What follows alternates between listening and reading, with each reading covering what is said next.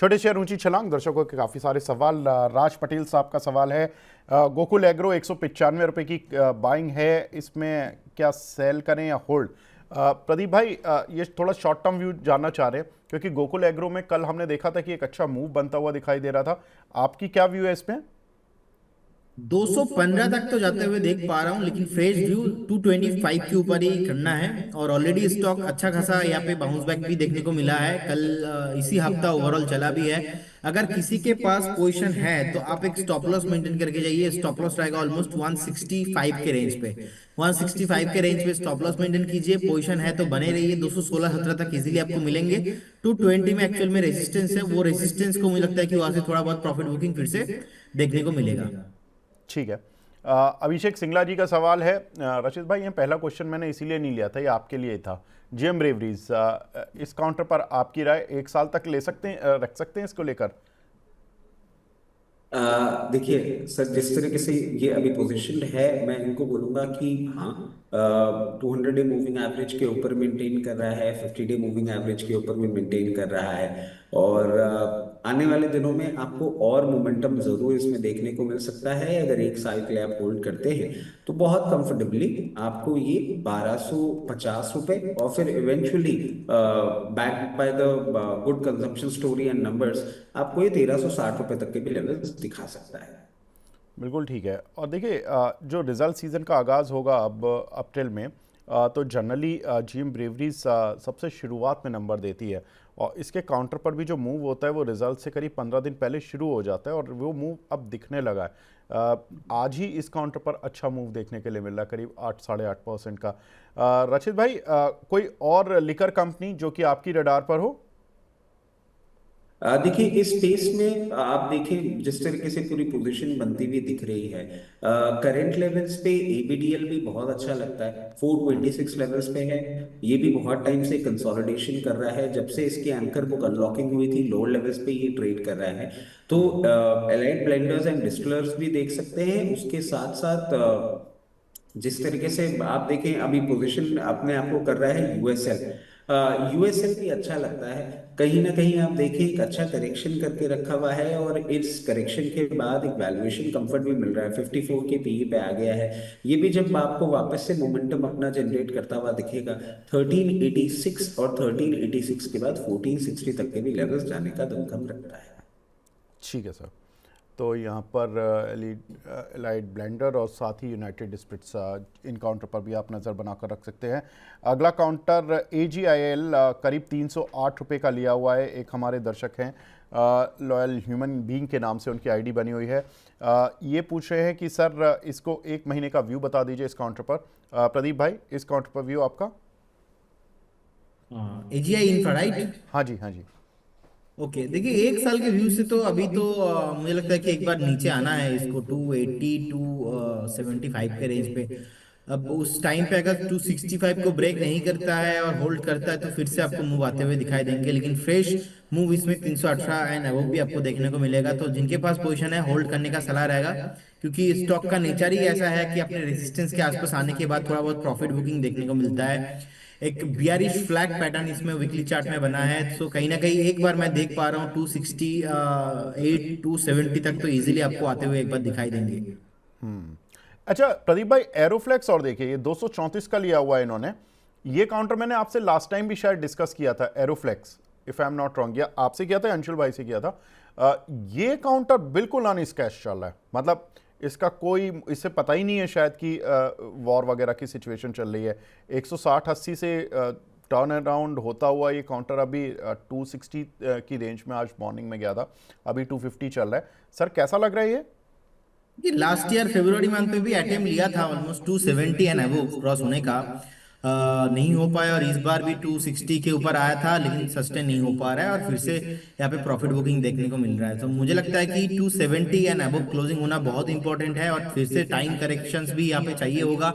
ये ऐसा नहीं कि एक तरफा रैली आपको चार्ट में आते हुए दिखाई देंगे। तो एक बार तो फिर से मैं 225 टू 20 आते हुए देख पा रहा हूँ, तो इसीलिए फ्रेश बाय करने का सलाह नहीं रहेगा। अगर किसी ने इस बीच बाय भी किया है तो आई होप आप प्रॉफिट में ही हो, क्योंकि स्टॉक चला भी है नॉन स्टॉप 180 185 से। तो एक बार प्रॉफिट बुक करने का सलाह रहेगा करेंट जोन से। एक हमारे दर्शक हैं डेविल्स हंट के नाम से उनका आईडी है, वो बोल रहे हैं सर F&O ट्रेड्स को कम से कम 5 मिनट तक दिखाया करें सर स्क्रीन पर। सर कोशिश तो यही रहती है, पूरा F&O का शो ही होता है हमारा 12 से 12:30 के बीच में। आप उसमें आराम से देखिए सर, सारे ट्रेड्स होते हैं और बिल्कुल स्क्रीन पर ही लगे रहते हैं वो। और शरद सर जो बीच बीच में ट्रेड देते हैं उनको हम लेते ही रहते हैं। एक सवाल हमें मिला है राम जी का, ये पूछे हैं सिप्ला के बारे में बताएं सर। रशीद भाई, सिप्ला कैसा लग रहा है आपको? देखिए सिप्ला और पूरा फार्मा स्पेस वैसे लगता है अच्छा है। और ऑफ हाइज बहुत इसने मूवमेंट कर लिया। दो सेल्स ग्रोथ की थोड़ी सी प्रॉब्लम थी और ओवरहैंग पूरे फार्मा स्पेस पे था। इन लेवल्स पे एक सेंस ऑफ कंफर्ट जरूर दे रहा है। अगर आप इसमें मीडियम टर्म अप्रोच के साथ बैठना चाह रहे हैं तो डेफिनेटली आप इन लेवल्स पे एक स्टैगर्ड मैनर में अपनी पोजीशन बना सकते हैं। 1280 लेवल्स पे चल रहा है, यहाँ पे पोजीशन बनाना चालू करें। 1226 तक उसको कंप्लीट कर लें। जैसे ही रिवर्सल देगा 1360 और 1360 के बाद 1450 तक के भी लेवल्स दिखाने का दमखम रखता है। ठीक है, तो यहाँ पर इन काउंटर्स पर आपको देखना होगा। फार्मा में वैसे भी हमने देखा कि थोड़ा सा एक स्लगिश सी साइकिल रही है, लेकिन अभी फार्मा कंपनियों को टैरिफ वगैरह से भी अनस्कैच से रहे। एक हमें दर्शक ने सवाल बोला है कि इंडिया विक्स 20 है, इंडिया का मार्केट दुनिया में सबसे सस्ता है, माल जो को मार्केट बॉटम बनाकर उड़ेगा। ये प्रदीप भाई, आप क्या मानते हो? ये विक्स वगैरह का चार्ट देखते हो क्या, इंडिया विक्स? इसमें ज्यादा photo area I think Rajit ji का है, लेकिन फिर भी देखिए इंडिया विक्स के साथ मार्केट का मैं मोटा मोटा देखिए मार्केट मुझे जितना समझ में आ रहा है ओवर वैल्यूड नहीं है। बाकी जैसा पॉजिटिव व्यू था पॉजिटिव व्यू ही है, नेगेटिव व्यू नहीं है इन्वेस्टर्स के लिए। बाकी ये जो रिसेंटली हो गया है मिडिल ईस्ट का टेंशन, ये थोड़ा कहीं ना कहीं ज्यादा खिंच गया है, तो इसी की वजह से थोड़ा बहुत नहीं चल रहा है। अब इंडिया विक्स लास्ट कुछ दिनों से हमने देखा कि 12-15 के रेंज पे था। बीच में तो एक दिन 26 भी आई थिंक मैं देख रहा 26-27 के रेंज पे भी। सो कहीं ना कहीं जितना वॉलेटिलिटी इंक्रीज होगा उतना मार्केट के लिए थोड़ा बहुत टेंशन है। इनफैक्ट जो लोग हम ऑप्शंस में राइटिंग करते हैं बेसिकली, क्योंकि मेरा कॉर्पोरेट अभी मैं न्यू ऑफिस भी शिफ्ट कर रहा हूँ और हमारे पास डेरिवेटिव ट्रेडर भी है, तो वो बेसिकली क्या करते हैं ना, जैसे ही विक्स 25-26 के ऊपर रहता है तो ऑप्शंस में राइटिंग नहीं करते, थोड़ा बहुत पोजीशन हल्का ही करता है। फिर से जैसे विक्स 17-18 के नीचे आता है वॉलेटिलिटी थोड़ा कम होता है, अपना अपना ऑप्शन में आयरन कॉन्डोर बटरफ्लाई अलग अलग स्ट्रैटेजी बना के काम करते हैं। तो ऑब्वियसली इंडिया वीक से कंसर्न है, क्योंकि ओवरऑल इसको जिस तरीके से टेंशन इंक्रीज हुआ है। आई थिंक राजीव जी इसमें अच्छा खासा उनका पकड़ है, इसमें तो मैं ज्यादा बोल नहीं पाऊंगा क्योंकि मेरा ज्यादा फोकस चार्ट में रहता है। और आई थिंक उनका उनका आज देखिए लुक भी थोड़ा रेड रेड लग रहा है। आई थिंक वर्ल्ड वॉर 3 वो पता नहीं क्या हो गया है या होने वाला है, तो उनसे भी एक बार पूछ लीजिए क्यों रेड लग रहा है। अरे रचित भाई, हाँ वैसे आज लाल लाल तो काफ़ी लग रहा है आपके चेहरे पर, मतलब मे बी कि वो लाइटिंग इफेक्ट हो सकते हैं, लेकिन ये वर्ल्ड वॉर 3 इफेक्ट है क्या? नहीं नहीं, ये बिल्कुल सही पकड़े हैं। लाल लाल क्यों दिख रहा है? क्योंकि आज मैं एक ऐसी जगह बैठा हुआ हूँ जहाँ नेचुरल सनलाइट मेरे पास बहुत आ रही है। तो ये लाल नहीं है, ये एक्चुअली काला रंग है जो कि मेरा है। यूजुअली क्या है, वाइट लाइट रहती है तो इतना कालापन दिखता नहीं है। बट हाँ, आदमी काला हूं तो क्या करो, वो कालापन दिख रहा है। World war 3। अच्छा प्रदीप भाई, काला और सफ़ेद, सूरज की लाइट सफ़ेद सी होगी, अब ये काला रंग इनका ये बता रहे हैं, मैंने तो खैर देखा नहीं क्योंकि मुझे ये काले लगे नहीं, ये खुद बोल रहे हैं, अब इनकी आदत है ये। देखिए अरे क्या बोलेंगे sir, last year last week ही तो पूछे थे तो बोले थे मैं गरीब हूँ। तो हाँ अभी मैं बोले थे वही, लाइट का प्रॉब्लम क्या है, बोल रहा मैं काला हूँ। लेकिन मैं अपने भैया को लेके एक चीज बोलता हूँ, हम काले हैं तो क्या हुआ, हम दिल वाले हैं। तो रचित जी के लिए सर वो परफेक्ट है, मतलब दिल वाले हैं रचित जी। अच्छा ये जो दिल वाली स्ट्रेटजी है घर पे ही है ना रचित भाई? नहीं समझा, नहीं क्या बोल रहे हैं? मतलब दिल वाले जो हैं आप घर में ही हैं या बाहर भी हैं दिल वाले? नहीं सर, देखिए दिल तो एक ही है और मतलब ये थोड़ा नहीं नहीं, बड़ा कॉन्ट्राडिक्ट बड़ा है ना। घुमावदार है ये बड़ा घुमावदार है, ये एक ही मैं बहुत बहुत जगह घूमता मैं है, यही आप बहुत मैं लोगों का, यही इसलिए पूछ मैं रहा हूं यही मैं। कह मैं यही कह रहा हूँ आपको। अब जैसे देखिए मेरा दिल तो प्रदीप भाई पे भी आया हुआ है। तो अरे ऐसा ही दिल आता है मेरा, और कुछ नहीं है। मतलब मैं क्लियर के साथ होता हूँ, मैं वैसे बड़ा सज्जन शरीफ आदमी हूँ। आप जिस डायरेक्शन में मुझे लेके जाना चाह रहे हैं, मैं बहुत शरीफ आदमी हूँ सर। मैं लव वन लव ऑल वाला आदमी हूँ। मैं ठीक हूँ सर, सब सही है। सब सही है ना?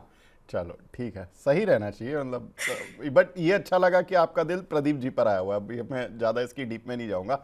डेंटा वाटर अपर सर्किट मारेगा, प्रदीप जी लग रहा है क्या डेंटा वाटर अपर सर्किट मारता हुआ? देखिए 252 के रेंज पे है, लिक्विडिटी थोड़ा कम रहता है, छोटा कंपनी है। एक बार अगर 225 को होल्ड करता है तो अगेन आपको एक बार 325 330 तक आते हुए दिखाई देंगे, लेकिन फ्रेश बाय करना थोड़ा रिस्की है। मार्केट कैप ज्यादा नहीं है, छोटा कंपनी है, बीच बीच में मूव आता रहता है, लेकिन अभी भी चार्ट इसका वीकली बेसिस पे खराब ही है। कल क्या हुआ कि एक हमारे दर्शक हैं द बोरिंग ट्रेड्स के नाम से उनकी आईडी है। अब मैंने ये बात बोली अंशुल जी को, उनका सवाल मैंने पूछा तो चैनल पर तो बात हो गई, सवाल पर बात नहीं हो पाई। मैं भी शायद भूल गया बोरिंग ट्रेड्स के नाम से। अंशुल जी ने बताया ये बोरिंग ट्रेड्स बहुत अच्छा नाम है और जो जिस आदमी का बोरिंग ट्रेड होगा उसको ज़्यादा फ़ायदा होगा। बोरिंग ट्रेड का मतलब है कि वो अनुशासन के साथ ट्रेडिंग कर रहा है। उन्होंने पूरा अपना जो अनुभव है वो सारा साझा कर दिया। अच्छा, मैं भी भूल गया कि इनका जैगल प्रीपेड और टीवीएस सप्लाई चेन में इन्होंने सवाल पूछा था। आज वो यही पूछ रहे हैं। सर चैनल की तारीफ तो हो गई कल, लेकिन सवाल तो लिया ही नहीं। रचित सॉरी भाई, आप जो भी हैं महानुभव। रचित भाई ये बताएं जैगल प्रीपेड और टीवीएस सप्लाई चेन में क्या करें?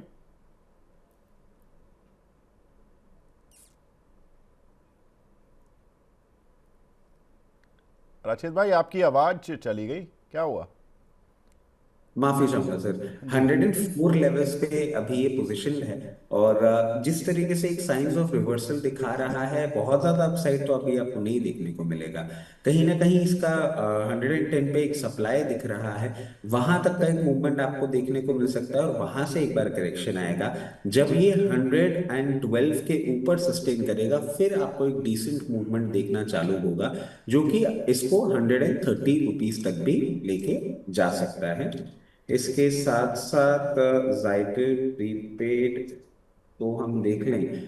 जिस तरीके से ये पोजीशन है अभी 221 लेवल्स पे चल रहा है और ये भी बहुत ज्यादा करेक्ट किया है, बट ये अभी एक रेंज बाउंड मूवमेंट में ही दिख रहा है सर। इसमें कोई बहुत ज्यादा चेंज आएगा ऐसा नहीं लग रहा। अगर हायर साइड की बात करें तो कहीं ना कहीं 234 लेवल्स, और अगर लोअर एंड की बात करें तो आपको ये वापस 208 210 लेवल्स पे दिखेगा। जैसे ही 234 लेवल्स को ये ब्रीच करेगा और इस बार ब्रीच करेगा तो ये एक रेंज मोमेंटम आपको बनता हुआ दिखा सकता है और उसके बाद आपको ये 264 तक भी जाता हुआ दिख सकता है। ठीक है, एक सवाल हमें मिला है विशाल शर्मा जी का। ये बोल रहे हैं सर 1000 शेयर प्रदीप भाई इन्होंने आईओसी के लिए हुए हैं 129 रुपये के। ये बोल रहे हैं कि सर एज इन्वेस्टर इसमें बने रहें या नहीं। ब्रोकर रिपोर्ट्स इन्होंने शायद कोई देखी है जिसमें कि उसमें आया टारगेट 100 रुपये का आए। अगर इनको लग रहा है कि ब्रोकर्स रिपोर्ट पढ़ के कि 100 रुपये आ जाएगा तो अभी प्रॉफिट बुक कर लें, क्योंकि 129 का 147 चल रहा है, तो फिर री एंट्री करने का मौका मिल जाएगा। प्रदीप भाई सही सोच रहे हैं ये? देखिए जब भी ब्रेंट क्रूड ऑयल ऊपर जा रहा है, ओवरऑल हमने देखा ओएमसी के ऊपर थोड़ा प्रेशर रहता है। जब ब्रेंट क्रूड दोनों ही ऑलमोस्ट 62 65 के आसपास था, वहां से ऑलमोस्ट 100 के आसपास आ चुका है। आज थोड़ा बहुत 3%, 3.5% नीचे है क्रूड, ब्रेंट नीचे ऑलमोस्ट 2.3%। सो ओवरऑल देखा जाए जिस तरीके से प्रेशर स्टार्ट हुआ था ना, उसी दिन से देखिए प्रेशर स्टार्ट हो गया था। अब आपका बाइंग 129 के आसपास है, मैं देख पा रहा हूँ चार्ट पे एक सपोर्ट तो है ऑलमोस्ट 136 के रेंज पे। तो आप देखिए व्यू क्लियर कीजिए। अगर व्यू लॉन्ग टर्म है मैं बोलूंगा बने रहिए। आप 130 के आसपास का एक स्टॉप लॉस मेंटेन कर लीजिए, 136 के लेवल पे स्टॉप लॉस मेंटेन कीजिए। अगर व्यू आपका शॉर्ट टाइम है और आपको लगता है कि नहीं यार प्रॉफिट चल रहा है तो एक बार बुक करना चाहिए, मैं बोलूंगा अभी तो ये इमीडिएट लेवल पे ऊपर जाता हुआ मैं नहीं देख पा रहा हूँ। कहीं ना कहीं इसमें प्रेशर है तो अच्छा खासा प्रॉफिट चल रहा है, प्रॉफिट छोड़ो ही क्यों इस मार्केट में, क्योंकि मार्केट ओवरऑल इन्वायरमेंट अच्छा नहीं है। और हर एक टाइम फ्रेम में हमने देखा है कि मार्केट का अलग अलग रीजिम के साथ मार्केट में लीडरशिप चेंज होता है। सो मुझे लगता है कि अगर आपका प्रॉफिट हो रहा है प्रॉफिट बुक कीजिए, और जिस तरीके से मार्केट गिरा है इसके बाद जैसे ही मार्केट ऊपर जाएगा तो उससे पहले पहले एक बार फ्यू आप मनी लाइन को फॉलो करते रहिए। हम तो डेली आके कुछ ना कुछ कॉल्स दे रहे, आपको ट्रेडिंग कॉल्स नहीं पिक करना है। Some time we also share some investment calls, 12-15 month का व्यू से, 7-8 महीने का एटलीस्ट व्यू से, उस हिसाब से कुछ कॉल्स आप पिक कीजिए। आज भी मैं सुबह आया था, 2 कॉल दिया था, सुपर हिट हुआ, ऑल टारगेट अचीव। एकदम स्क्रीन के सामने, लेकिन ये ट्रेडिंग कॉल है, आपको समझना है। तो आई होप, मैं गेस कर रहा हूँ क्योंकि आपने आईओसी लिया है, तो ऑब्वियसली आप एक लंबे टाइम के इन्वेस्टर आप होंगे। तो मेरे ख्याल से तो एक बार आपको प्रॉफिट बुकिंग कर लेना चाहिए और न्यू अपॉर्चुनिटी के लिए एक बार वेट करना चाहिए। ठीक है, तो न्यू अपॉर्चुनिटी के लिए वेट करना चाहिए और आईओसी में फ़िलहाल आपको प्रॉफिट मिल रहा है, सर लेके निकल जाएं। आप जो बता रहे हैं, पार्था मंडल जी हैं, वो बोल रहे हैं मनी 9 पर सब लोग बहुत अच्छा लॉजिकली बात करते हैं, लेकिन प्रदीप सर की बात ही कुछ और है। क्या बात है प्रदीप जी, देखिए मतलब मनी 9 के लिए तो कॉम्प्लीमेंट है, आपके लिए सुपर कॉम्प्लीमेंट है। नहीं सर, इसमें क्या है ना, सच्चाई बताओ, एवरीबॉडी हैव ना different kind of view, different kind of perspective, that is the beauty of equity market. So आपको कुछ और लग सकता है, रचित जी को कुछ और लग सकता है, मैं अपने अपने फोटे एरिया से, अपने एक्सपीरियंस से बात करता हूँ। सो अब व्यूअर्स क्या होता है, सम पीपल लाइक रचित जी, कुछ लोग मुझे पसंद करते हैं, कुछ लोग और किसी को पसंद करते हैं, कुछ लोग किसी को नहीं पसंद करते, तो ये भी अपने आप में एक चॉइस है। तो दैट इज वाई ये मतलब आप मार्केट का नोटा, एक्टिविटी थिंकिंग। जो नोटा वाले हैं जी कुछ लोग हैं नोटा वाले हैं, वो बोलते हैं ये भैया यहाँ पर खुद ही रिस्क लेना है, खुद ही ये करना है, और मतलब किसी को नहीं सुनना है, और वो सुनते जरूर हैं लेकिन फिर उसके बाद भी बोलते हैं भाई प्रणाम है मेरा उन लोगों के लिए। अच्छा, इन इन लोगों की ना, विवेक सर, एक और चीज मैं आपको बताऊं। इनिशियली तो क्या है कि देर वॉज अ टाइम जब क्योंकि प्रदीप भाई बहुत ज्यादा कॉल्स देते थे और चलती भी बहुत अच्छी थी उनकी कॉल्स, और हम लोग एक टाइम पे डेली शो करते थे। तो उस टाइम पे क्या होता था, कई कबार ना मार्केट थोड़ा सा ऊपर नीचे हो गया और कॉल अगर ऊपर नीचे हो गई तो ये ट्रोल करने आ जाते थे। तो उस टाइम ना मैं थोड़ा सा एग्रेसिव होकर बोलता था कि अगर आप ऐसे बात करोगे किसी के बारे में तो वो आपको कॉल नहीं देगा। तो प्रदीप भाई मुझे उस टाइम बोलते थे कि अरे रहने दो, ये सब होता रहता है, दिमाग मत लगाया करो। तब मुझे लगा नहीं नहीं, गलत है, ऐसे किसी को नहीं बोलना चाहिए। फिर भाई साहब हुआ सुजलॉन, और सुजलॉन के बाद से आप मानेंगे नहीं विवेक सर, हर कोई शेयर जिसमें मूवमेंट आ गया, टारगेट हिट हो गए, किसी ने कोई बात नहीं करी उस बारे में। हाई लेवल से निफ्टी शॉर्ट करा दी, कोई बात नहीं करी किसी ने उस बारे में। सुजलॉन को लेके मेरे को गलगोटिया एनालिस्ट तक बना दिया लोगों ने कि ये तो सड़क छाप एनालिस्ट है, ये सुजलॉन की कॉल देता है। तो ये सच है कि आपकी एक गलती पकड़ के ना और सब आपके पीछे पड़ जाएंगे, तारीफ बहुत कम होती। ये तो है, ये तो है, बिल्कुल ठीक बात है। सब तारीफ करने वाले लोग मिलते कहाँ हैं, इसीलिए हम लोग आपस में ही तारीफ कर लेते हैं।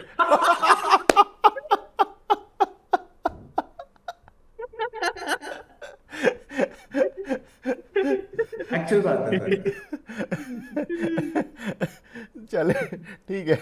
और एक सवाल मिला है श्रवण सिंह जी का, प्रदीप भाई सेंटम इलेक्ट्रॉनिक्स और अरविंदो फार्मा, इन दोनों पर शॉर्ट टर्म व्यू जानना चाहती।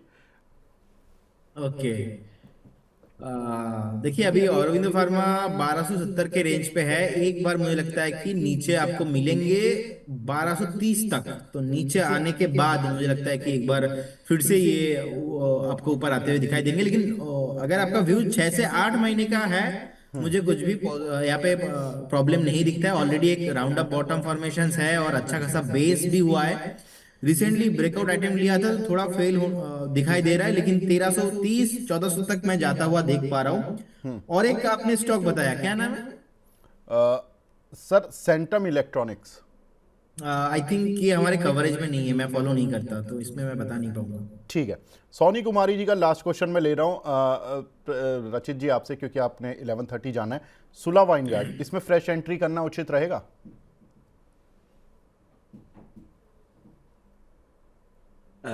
देखिए सर, सूला वाइनयार्ड के लिए मैं एक चीज बोलूंगा, अभी बिल्कुल दूर रहना है।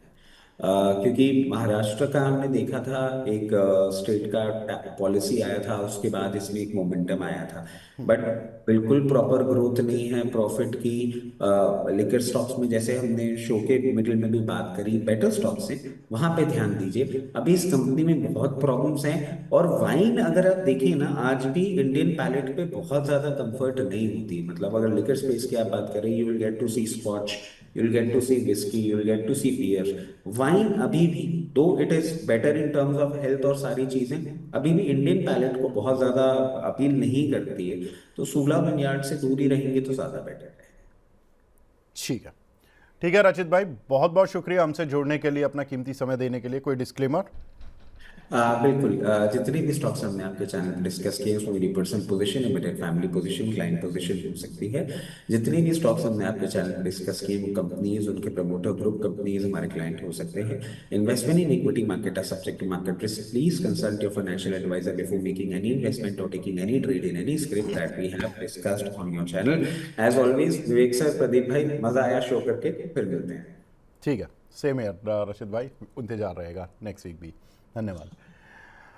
आगे बढ़ते हैं, कुछ और सवाल लेते हुए चलते हैं। बस हमारे साथ अब 2-3 मिनट में वीएलए अंबाला मैडम जुड़ेंगी। आज पहली बार वो हमारे शो में 10:30 से 12 बजे में आ रही हैं। सोलार इंडस्ट्री, इस पर प्रदीप भाई आपका व्यू। Solar industry, right? हाँ, ओके। अभी तो ऑलमोस्ट 13,940 के आसपास का प्राइस चल रहा है। एक बार टॉप बना के नीचे आ रहा है, आपको 13,250 तक आते हुए दिखाई देंगे, लेकिन फिर से आपको बाउंस बैक करते हुए दिखाई भी देंगे, तो कुछ भी प्रॉब्लम नहीं है। यहाँ पे एक अच्छा खासा रैली के बाद एक हेल्दी करेक्शंस में है, तो करेक्शंस कंप्लीट होने के बाद आपको फिर से 16,500 17,000 तक मूव आते हुए दिखाई देंगे। तो अगर किसी के पास भी पोजिशन है, आप व्यू मेरा इसमें पॉजिटिव ही है, आप होल्ड करके जाइए। ठीक है। एक सवाल हमें मिला है उमर शेख साहब का। ये बोल रहे हैं विद्या वायर सर 15,000 क्वांटिटी है इनके पास, इसको लॉन्ग टर्म के लिए ऐड कर सकते हैं क्या? ओके। देखिए 55 के रेंज पे अभी चल रहा है। लॉन्ग टर्म मैं बोलूंगा यहाँ पे क्वांटिटी थोड़ा कम होना चाहिए आपका। व्यू अभी इसमें पॉजिटिव ही है, क्योंकि रिसेंटली अपने आईपीओ जो बेस है इसके ऊपर सस्टेन भी हो रहा है। 51 के आसपास का एक स्टॉप लॉस मेंटेन कीजिए and बने रहिए। जी, ठीक है। I would request my PCR team, please let me know जब भी वीएलए अंबाला मैडम जी जुड़ जाएं, तो कृपया मुझे बता दीजिए। आगे बढ़ते हैं। एक सवाल हमें मिला है शक्ति दत्ता जी का। ये पूछे हैं सर रिलेटिव स्ट्रेंथ वाला वॉच लिस्ट बना लीजिए, अब कौन सा पकड़ूं फॉर ट्रेडिंग? हाँ, ये बड़ा इंटरेस्टिंग सवाल है। प्रदीप भाई, कुछ एक शेयर्स मैं अंशुल भाई से भी पूछता रहता हूँ डेली, रिलेटिव स्ट्रेंथ वाले। उसमें हमने एरोफ्लेक्स देखा, लेंस कार्ड देखा, हमने स्टरलाइट टैग देखा, और मैं अभी स्क्रीन पर और 2-3 शेयर बताता हूँ आपको जो कि रिलेटिव स्ट्रेंथ वाले थे। इन तीन में कोई आप देखो, एक जेएसडब्ल्यू इंफ्रा भी है जो कि थोड़ा सा रिलेटिव स्ट्रेंथ दिखाता हुआ दिख रहा है। पिछले कुछ दिनों से 245 से 260-70 की रेंज में चल रहा है लगातार काउंटर। मेटल काउंटर्स बहुत ज़्यादा रिलेटिव स्ट्रेंथ दिखा रहे हैं। फॉर एग्जांपल स्टील अथॉरिटी अच्छी स्ट्रेंथ दिखा रहा है, शारदा एनर्जी अच्छी स्ट्रेंथ दिखा रहा है, टाटा स्टील अच्छी स्ट्रेंथ दिखा रहा है। कोई काउंटर जो कि आपको लग रहा है कि ठीक है रिलेटिव स्ट्रेंथ है इस काउंटर में एज कम्पेयर टू मार्केट, इसमें ट्रेड करना चाहिए? देखिए मुझे लेंस कार्ड का चार्ट अच्छा लगता है, और फंडामेंटल भी मुझे लगता है कि ये स्टॉक्स आपको और भी हायर प्राइस आते हुए दिखाई देंगे। तो अगर किसी के पास भी है, आप बिल्कुल बने रहिए, नहीं है तो बाई करके जा सकते हैं। इनफैक्ट आई थिंक आज सुबह मैं डिस्कस भी करने वाला था, कर रहा था संदीप जी के साथ। तो ऑलमोस्ट आपको शॉर्ट टाइम में ही 750-800 तक मेरा टारगेट है लेंस कट का, आपको मिलेंगे। एक स्टॉप लॉस आपको 470 के रेंज पे मेंटेन करना है। आपको 750-800 का भाव आपको मिलेंगे आने वाला दिनों में। और ऑलरेडी इसमें हमारा बाई कॉल जनरेट हुआ था आई थिंक 425 के रेंज पे। अभी भी हम होल्ड कर रहे। हमारा टारगेट 750-800 का है। मिनिमम 12 से 15 मंथ का व्यू लेके चलिए, इसमें आपको अच्छा खासा मुनाफा देखने को मिलेगा। चलिए, अब हमारे साथ वीएलए अंबाला मैडम भी जुड़ चुकी हैं। VLA madam, good morning. I think उनसे कनेक्शन नहीं हो पाया, दोबारा कनेक्ट करने की कोशिश करते हैं। इंटरनेट ने कुछ ज़्यादा ही परेशान कर दिया आजकल। चलिए आगे बढ़ते हैं। फोर्टिस हेल्थ केयर, आनंदिया जी का सवाल है। 965 रुपये के इन्होंने लिए हुए। प्रदीप भाई, 3 महीने का व्यू है, क्या आप इस पे व्यू रखते हैं अपना? अब देखिए 843 844 के रेंज पे है। ऑलरेडी एक अच्छा खासा यहाँ पे ऊपर से प्रॉफिट बुकिंग देखने को मिला है।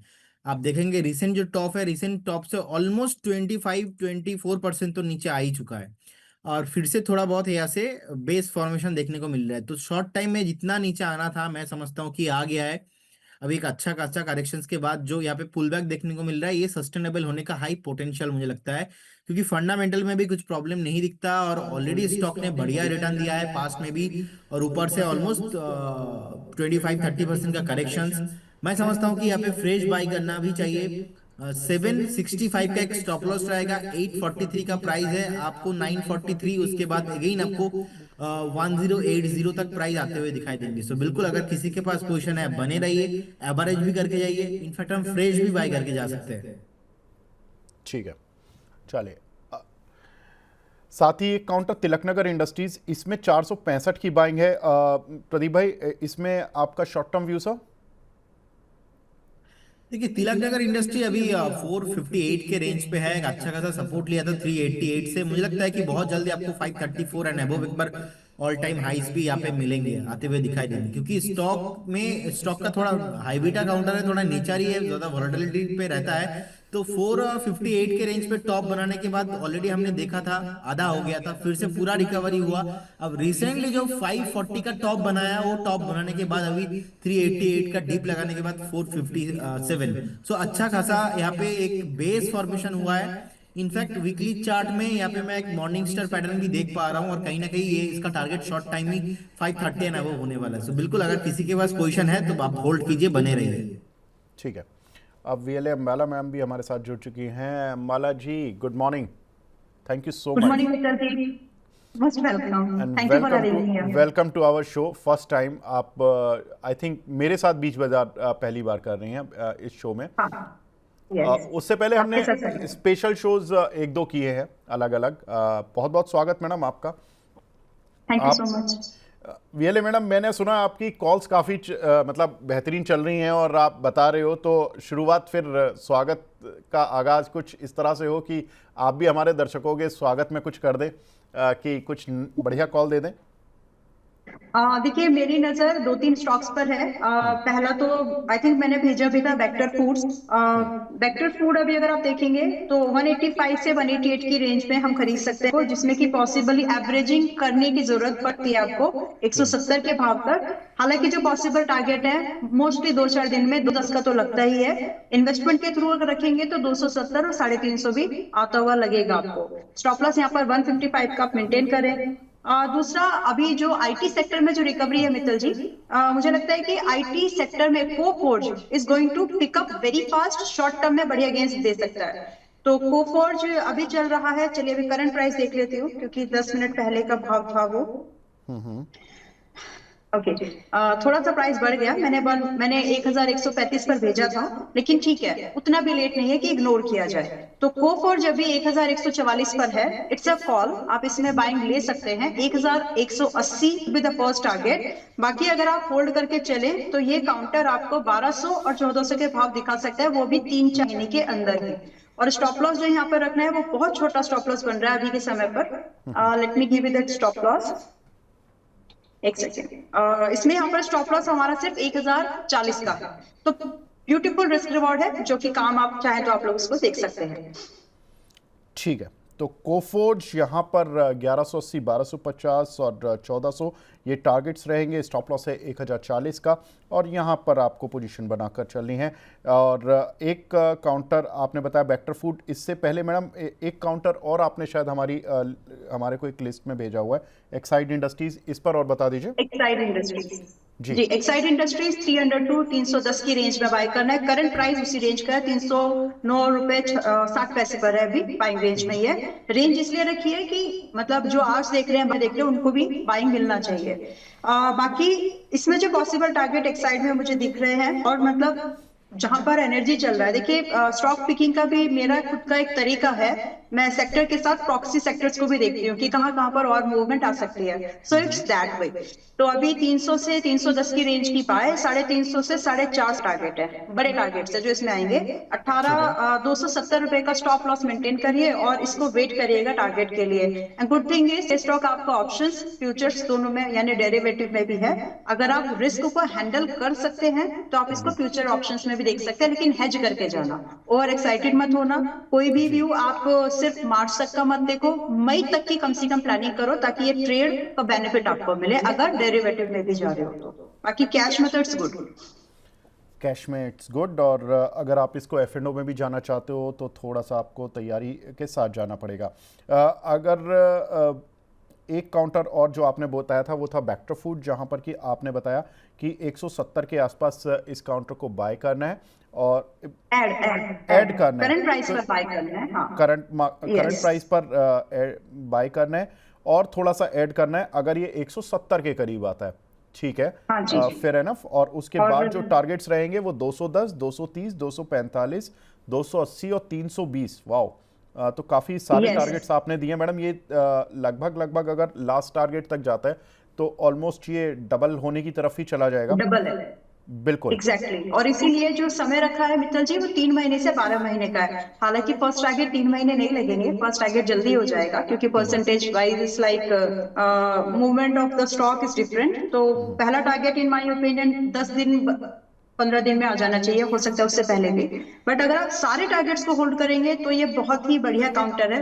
मतलब आज लो और 3 महीने से 12 महीने के नजरिए अगर आप लेके चले, it will create some goodwill. ठीक है सर, ठीक है मैम। अगला सवाल अब मैं दर्शकों का ले लेता हूँ वीएलए मैम। और प्रदीप भाई, ये आपसे हाँ जी। सवाल है। एक हमारे दर्शक हैं विशेष जी, ये पूछ रहे हैं यूटीआई एएमसी, इसमें सब बॉटम फिशिंग किस लेवल पर कर सकते हैं? इंटरेस्टिंग सवाल है। अच्छा प्रदीप भाई, एक चीज देखोगे ना आप, अगर पिछले 2 दिन का आप थोड़ा सा भी बाउंस देख रहे हो तो उसमें ब्रोकिंग स्टॉक और एएमसी स्टॉक्स बहुत तेजी से बॉटम अप कर रहे हैं। और आप अगर देखो तो शुरुआत हुई थी बीएससी और एमसीएक्स से। आपको क्या लग रहा है यूटीआई एएमसी को लेकर? ऑब्वियसली लास्ट डे से 2 दिन से थोड़ा बहुत मूव यहाँ पे देखने को, अच्छा खासा मूव देखने को मिल रहा है। मुझे लगता है कि बॉटम के आसपास ही है, ऑलमोस्ट 920 के रेंज से बाउंस आना चाहिए था। ऑलमोस्ट 931 30 के रेंज पे फिर से सपोर्ट लेने के बाद मूव आ रहा है। सो ज्यादा रिस्क यहाँ पे नहीं है। 905 का स्टॉप लॉस रहेगा। फिर से अगर मूव मिलता है आपको, पहला टारगेट इसमें 1060 तक आपको आते हुए दिखाई देंगे। 1060 के बाद थोड़ा बहुत प्रॉफिट बुकिंग देखने को मिलेगा। फिर से यहाँ पे आपको मोटा मोटा 1150 1200 तक भी मूव आते हुए दिखाई देंगे। सो फिलहाल अभी के लिए एक स्टॉप लॉस मेंटेन कीजिए। इनफैक्ट अच्छा वैल्यू जोन पे हम बाई करके भी जा सकते हैं। ठीक है। सुशील जी का सवाल है वारी एनर्जी पर 3210 रुपये का इन्होंने लिया हुआ है। इसमें क्या टारगेट्स रखे हैं वीएलए मैम?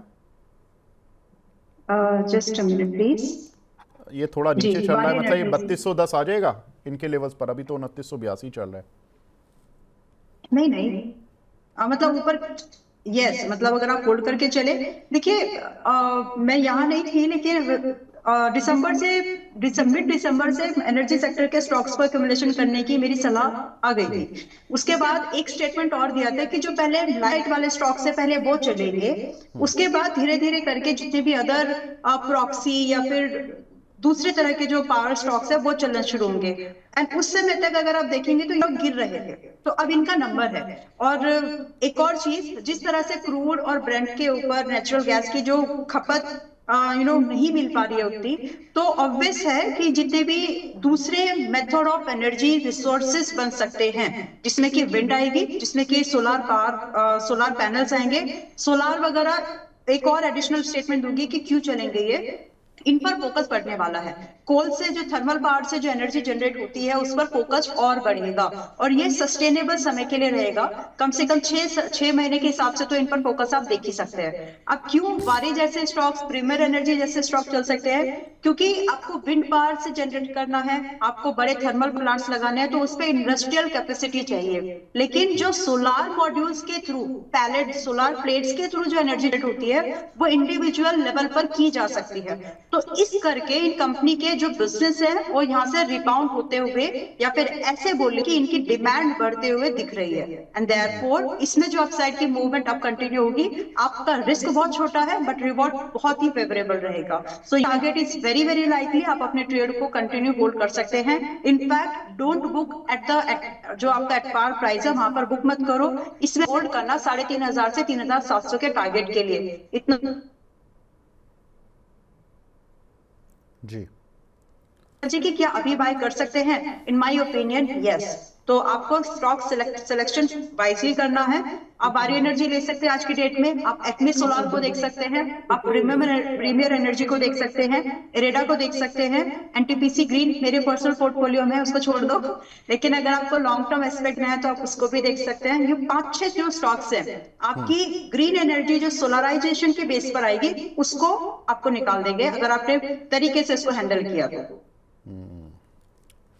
अभी मैं मुंबई में था जब लास्ट वीक, तो प्रदीप भाई मेरी ना बात केडिया साहब से हो रही थी, विजय केडिया सर से।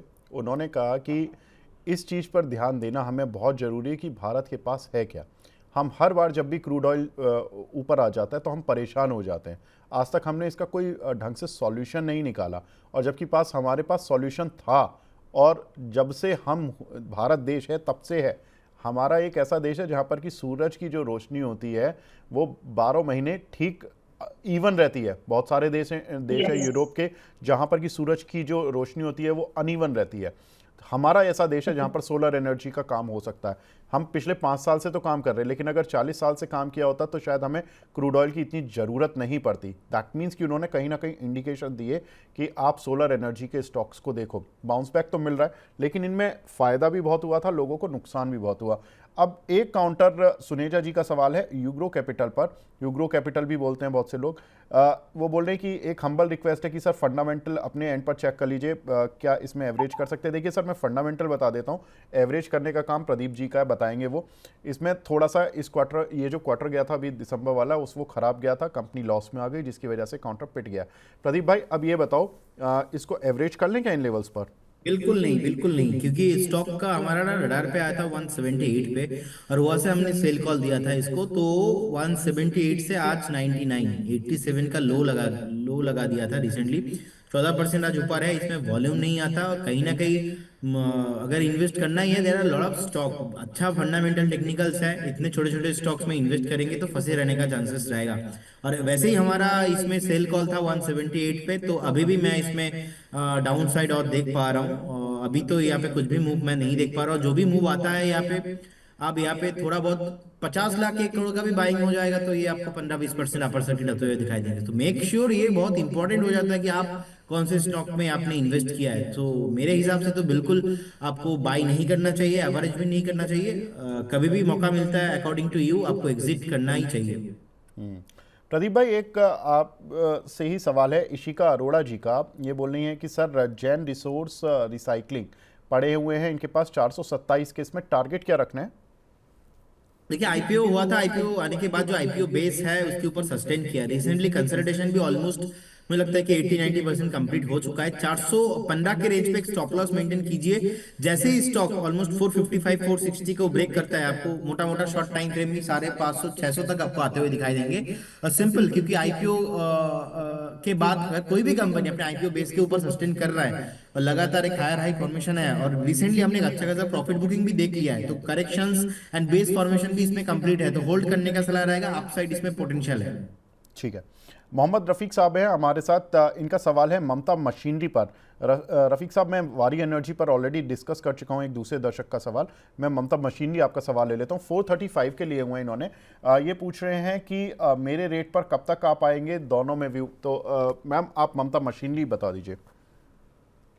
जी, तो ममता देखिए अभी 389-90 के आसपास में है, 390 के आसपास आपका भाव आएगा, बट आपको ना स्टॉप लॉस मेंटेन कर लेना चाहिए। And in my opinion that is 370। Recent swing है, अगर इसको ये बर्दाश्त कर लेता है तो कोई प्रॉब्लम नहीं है। अगर ये ब्रीच हुआ then this is a counter for 330 320। So आपको इसको पहले स्टॉप लॉस की तरह देखना है, rather you wait for the कि कहां तक जाएगा। सो पहले आपको कैपिटल प्रोटेक्शन पर पहले फोकस रखें। वैसे आपकी बाइंग ऑलरेडी ऊपर की है, 30-35% आप ऑलरेडी नुकसान देख रहे हैं इसमें। अब आपका सवाल जो है, अगर ये स्टॉप लॉस बचा रहता है, एनीवेज स्टॉक वापस से जब 400 के ऊपर जाएगा, सो नॉट ओनली 435 मतलब 440 के आसपास ही नहीं, फिर ये 470 के भाव आपको दिखाने वाला है। तो इसलिए होल्ड करिएगा। 400 जैसे ही 400 के ऊपर जाए आप इसको और भी थोड़ा क्लोजली वॉच करो। समय सीमा अगर आपको ध्यान में रखनी चाहिए तो मुझे लगता है कि 3 मंथ्स मोर देन इनफ है। इससे ज्यादा होल्ड मत करिए, ताकि आपको टाइमली और भी मौके जो मिल सके उसको आप एनकैश कर सके। सो 3 महीने के दायरे पर या तो ये ब्रेकआउट कर जाएगा आपके, या फिर आपको इसमें से डिस्काउंट लॉस वाला एग्जिट दे देगा। ठीक है, तजिंदर सिंह जी का सवाल है अंबुजा सीमेंट में लास्ट कहां तक एवरेज करें? प्रदीप भाई 470 के लिए हुए हैं इन्होंने। 470 का लिया है और आप एवरेज करना चाहते हो, मेरे ख्याल से this is the right price, right time भी है। आप एवरेज करके जाइए, कोई प्रॉब्लम मुझे नहीं दिखता है। अच्छा खासा यहाँ पे सेलिंग प्रेशर हो चुका है, 441 के रेंज पे है। आप एक बार करेंट जोन से एवरेज करके जा सकते हैं। ठीक है, एक हमारे जी जी मैम बताएं। यस, कल संदीप जी थे शो में तो जोमेटो एक दो पिक दिए थे, एक में उसमें जोमेटो था, एक it's working well today, it is heading towards to its target. तो अगर आप लोग चाहें तो इसको अपने प्रॉफिट पर देख सकते हैं। एंड दूसरा स्टॉक था अर्बन कंपनी, उसमें भी अगर आप देखेंगे तो आपके पहले टारगेट अभी वहां पर लग चुका है। सो अगर आप अर्बन कंपनी में अपने प्रॉफिट को बुकने का प्लान कर रहे हैं तो करें। हालांकि ये अभी भी बहुत ही रिबाउंड वाली जगह पर है, जहां से पोर्टफोलियो कैटेगरी का कैंडिडेट अभी भी नहीं है, लेकिन हाँ ट्रेड के लिए अभी भी मजबूत है।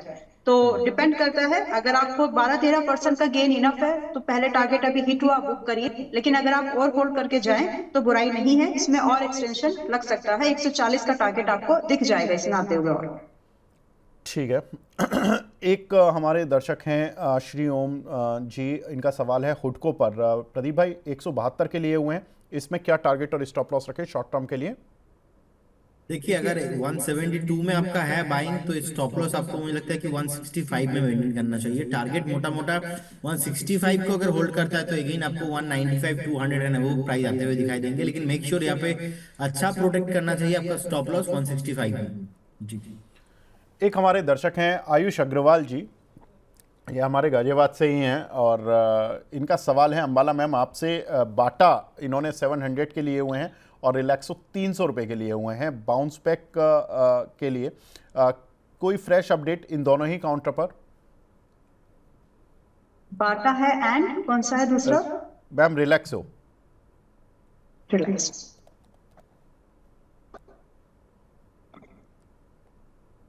ठीक है। बाटा देखिए अभी 675 पर है, थोड़ा सा रुक जाइए। वैसे it is the kind of a bottom out, bottom range बन रही है, तो ये तो क्लियर है कि यहाँ से बहुत बड़ी गिरावट अब नहीं बची है, मुश्किल से 630। सो अगर आप इसमें बाइंग के विचार कर रहे हैं तो आप इसको इस तरह से प्लान करिए कि आज कुछ खरीदो, 630 पर कुछ खरीदिए, एंड वो एक फाइनल लेवल होना चाहिए कि इसके बाद अब और बाइंग नहीं करनी, इसके बाद एसएल या फिर टारगेट। तो स्टॉप लॉस जो यहाँ पर आपको मेंटेन करना चाहिए बाटा इंडिया में, it should be at sharp 600 and possibly जो टारगेट है, क्योंकि आप एक रिस्क ले रहे हो और बॉडी बाउंडिंग का रिस्क ले रहे हो तो हमेशा उसमें जो रिवॉर्ड है वो ज्यादा बनता है और एसएल हिटिंग रेट भी ज्यादा होता है। तो दोनों चीजें ज्यादा है, लेकिन इसमें प्रोबेबिलिटीज हायर को पहले टारगेट मिले। रही बात टारगेट, तो आपको यहाँ पर कम से कम 720 का पहला टारगेट एंड दूसरा प्लीज वेट करिएगा 850 का भी बहुत पॉसिबल है। मतलब हंसते खेलते होते हैं ना कि जब तक बात सिर्फ थोड़ी सी चलेगी उतने भी ये टारगेट्स आपको मिल जाएंगे। तो वेरी फेवरेबल रिस्क रिवॉर्ड। दूसरा है रिलैक्सो। रिलैक्सो में अभी दोनों काउंटर पर रिस्क लेने की जरूरत नहीं है, तो मेरे हिसाब से किसी एक को, दोनों ही एक जैसे पैटर्न पर हैं, दोनों ही रिबाउंड की पॉसिबिलिटीज है, बट मुझे लगता है कि ओवरवेट नहीं होना चाहिए आपको। यहाँ पर अंडरवेट की टोन पर आप यहाँ पर पोजीशन बनाए, लेकिन Bata India is something better, तो आप इसको एक बार देख सकते हैं। 675 630 की रेंज, 600 स्टॉप लॉस, 720 850 टारगेट है। ठीक है।